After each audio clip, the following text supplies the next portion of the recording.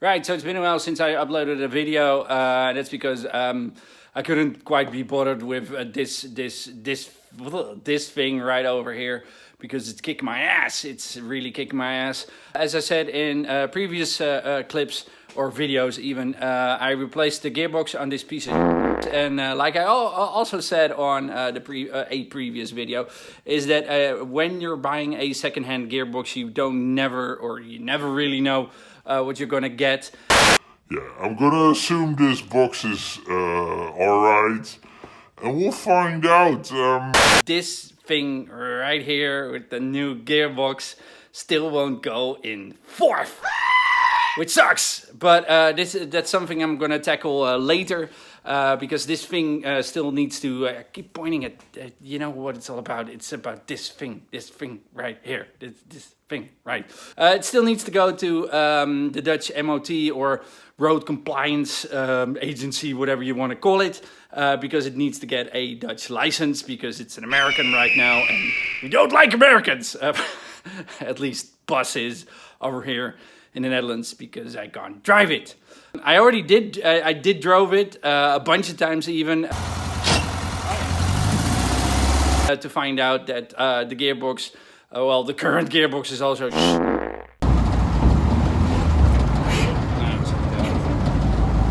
like I said, I'm gonna sort that out later, but there's a few other things I have on my list to get it road legal. One is I need to raise it up a bit more. And that's because the garage or the place I have to go to get it road legal is a place that has not a car jack or a car bridge, but it has a pit in which they go down and check the bottom of the car and stuff like that. And the pit has a sort of a edge which is this big. And I went there with a buddy of mine actually last week to get his 57 split screen panel van road legal, which it is right now. Yay!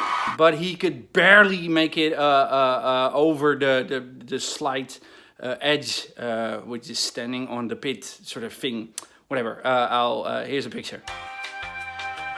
Yeah, so I need to raise it up, and also because the tires are rubbing against the inner fenders, which sucks, and which is something they also don't like at the MOT road compliance whatever thing. So I have to raise it up. I have to fiddle around with the there it is, headlights a bit, because they're crooked or they're not adjusted great. I have another set of headlights which probably allows me to adjust it a bit better. So yeah, it boils down to raising the bus and get the headlights sorted out, and then I don't know, hopefully get it road legal, and then we'll sort out all the other technical issues. So yeah, I'm gonna take you on a journey. To getting this bus raised up a bit more. It's got adjustable spring plates and a adjustable front beam, so I'll show you how to adjust the front beam and the adjustable spring plates. So yeah, let's get cracking again and again and again.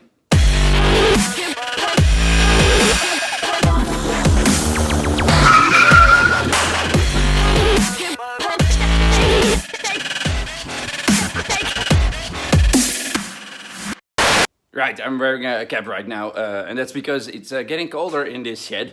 The summer seems to be over and done with, just like everything else in 2020.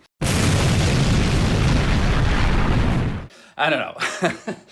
As you can see, I put the bus on jack stands, and I already started disassembling a bit of the front end, because I decided to start with the front end.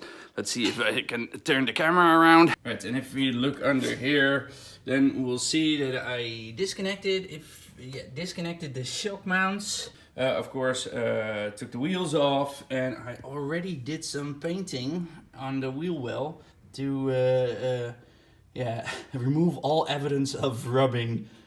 Because like I said, the Agency for Road Compliance in the Netherlands doesn't like lowered cars or buses, and they don't like seeing tracks of lowered cars or buses. So I'm going to raise the bus, starting with the front end, and I'm going to show you how to do that when you've got a bus with or a VW even with a adjustable beam, and how to adjust that beam, or at least how I do it with my beam on this bus. Right. This is going to be hell documenting every step of the way, but I'm going to try this anyway. So I started off putting some jacks underneath the, let me see if you can, underneath the arm, A-arm? Is this A-arm? Or underneath the spindle that carries the drum brakes. So, and the reason I'm doing this is because the adjuster for the beam, I hope you can see this, is somewhere over there. I'll show you an in-depth image or clip later. And as soon as you unbolt the adjusters, in theory, it should drop down. The entire spindle assembly should drop down. Right, so this is a very flattering point of view of me underneath my own bus. And that's mainly because I wanted to show you this. Hold on. These things right here are the adjusters. And there's one over there as well. And these need to be unbolted, so the entire spring package or metal plate construction right here. Again, I'm gonna put the exact wording down here, when I know it. So the entire there's actually a stack of metal plates in this tube, which gives you the torsion plates, yeah, whatever. Which essentially gives you springs. So if you squeeze this up, then the entire stack of metal plates shift like this, and which gives you lower or higher ride height. So we need to unbolt this, then the teeth will loosen up, and then you'll be able to adjust the height. In theory, let's see what happens when I bolt this thing loose. This is going to be exciting, sort of stuff. Exciting stuff. It's not a 27. It's not a 24. So maybe it's a 22. Yes, it is. Alright, this is going to be fun because the last time I unbolt this, it gives a large thump, snock, or amazingly annoying sound, which scares the diarrhea out of me. So here goes. Oh crap. I don't know if there's a proper order to do this as well, if you start with the top one or the bottom one. I don't know. I'm gonna just start with the bottom one. Here goes. Whew, I'm excited.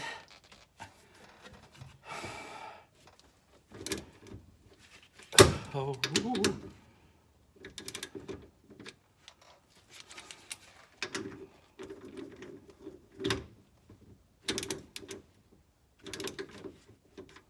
Okay. No. I'm gonna get a 22. Hold on.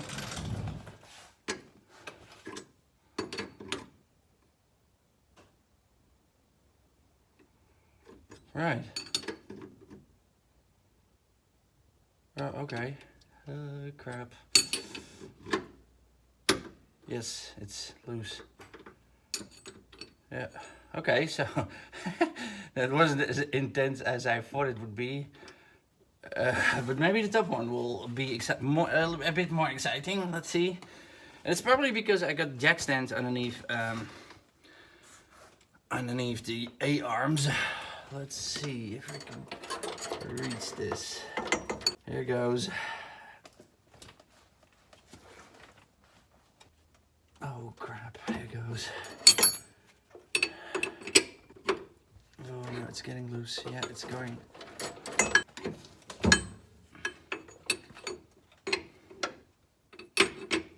It's almost there. I keep expecting a thud. A sort of a metallic tension release sound, but it's not doing that. So, okay, and it's gone. It's loose. Wow, cool. Okay, that's great. Okay, so that wasn't really exciting. No shit, Sherlock! Okay, so that was a bit anticlimactic. I was expecting a large funk, clunk, sort of tension releasing sound because it did that in the past. Maybe because I adjusted it a bunch of times. It's all nice and loose now, I don't know, or tension free or whatever. Right, so next step is I'm going to lower the jack stand and see if the entire adjuster assembly comes down as well. If that's the case, then I'm done pretty quickly. Little did he know that this simple, seemingly innocuous act would result in his imminent death. I'm going to lower the jack stands and pay close attention to this because we're gonna see if this lowers or not. Here goes.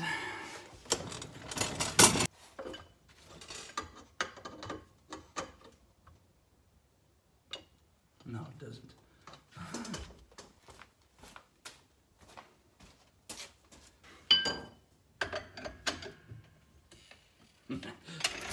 Of course not. Okay, cool. No. Okay, balls. Balls!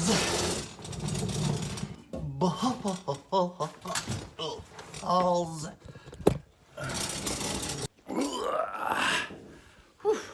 Right, so as I expected, just unbolting the adjusters on the beam and unbolting the shock from the spindle assembly doesn't do the trick. Oh, really?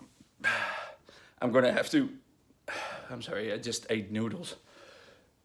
For some reason it's giving me I'm going to have to disconnect the spindle from the A arms or from the control arms. Are they control arms?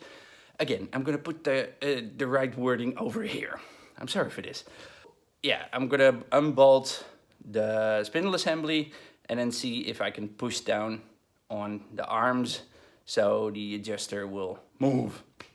Which sucks because I was hoping that just unbolting the nuts on the beam and just unbolting the shock mounts, it would do the trick, but no, of course not. It has to be difficult, so here we go. Right, so I lost the sweater and I've got a cap on again, or one of these things, because I'm hot and I'm not pleased with the way things are going. So what I did is I disconnected everything again, like you can see here, because this makes it a lot easier for me to adjust the arms. Okay. When it moves and when I'm not holding a camera. As I'm going to show you, it makes it a lot easier to change the adjusters as well. So I'm gonna move the adjusters just a tad, to make sure that the adjuster is not hitting the gear shift lever. I'll show you. Right, so now when I move the A arm, you can see the adjuster is moving as well. So now I can position it anywhere I want, and I want it just about, let's see, just about here, I think. No, there's one more up, I think. I want three splines. I think I want 3 splines for top as bottom. As for the bottom adjuster, so I think we're gonna place it right here. So that's 1, 2, 3 splines away from bottom. Is that true? 1, 2, 3. It's actually on the 3rd spline from the bottom. Right, and the same will do for the top adjuster, because I don't know if you can see this. Yeah, you can see it slightly. So yeah, so 3 splines. Let's see if it's on 3 splines now.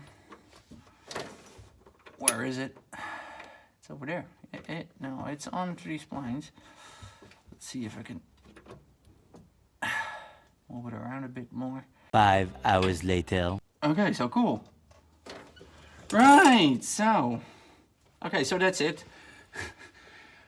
A lot of cursing later. I'll show you. It's on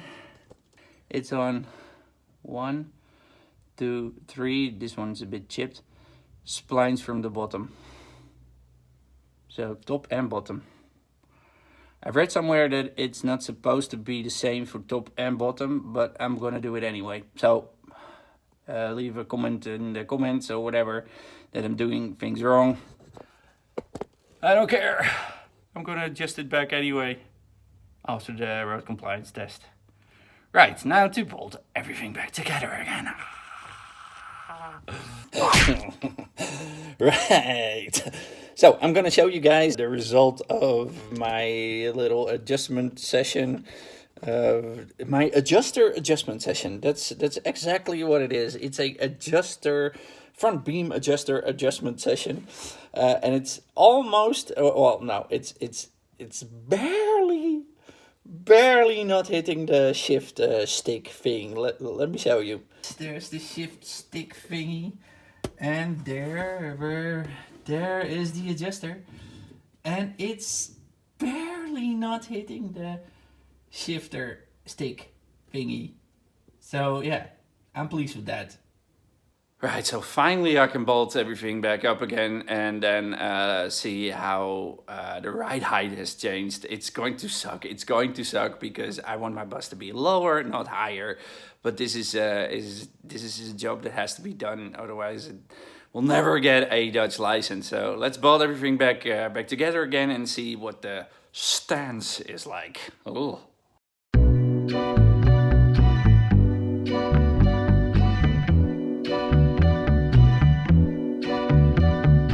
5 hours later. Right, as usual, things never go the way you want them to go. So this simple job, this 2-hour job at least, took me almost the better part of a day. And that's because I am a bit stupid and I'm a bit gung-ho. So I get right down to it without checking how things work first. So yeah. I got the front end raised up a bit, and I'm just yet going to see how it fits or how it sits, because I'm gonna try to raise the back end up a bit more as well, just because to get the clearance over the high edge of the pit, the road compliance stuff people have. That's the coolest fucking story I've ever heard in my entire life. That's insane. Can I hear it again? So I'm going to raise the back end up a bit more, but that's going to be, I think we're on to part 4 of these Bayday adventures. So yeah, that's going to be, part 4 of Bayday. Yeah, so hope to see you back again, and bye.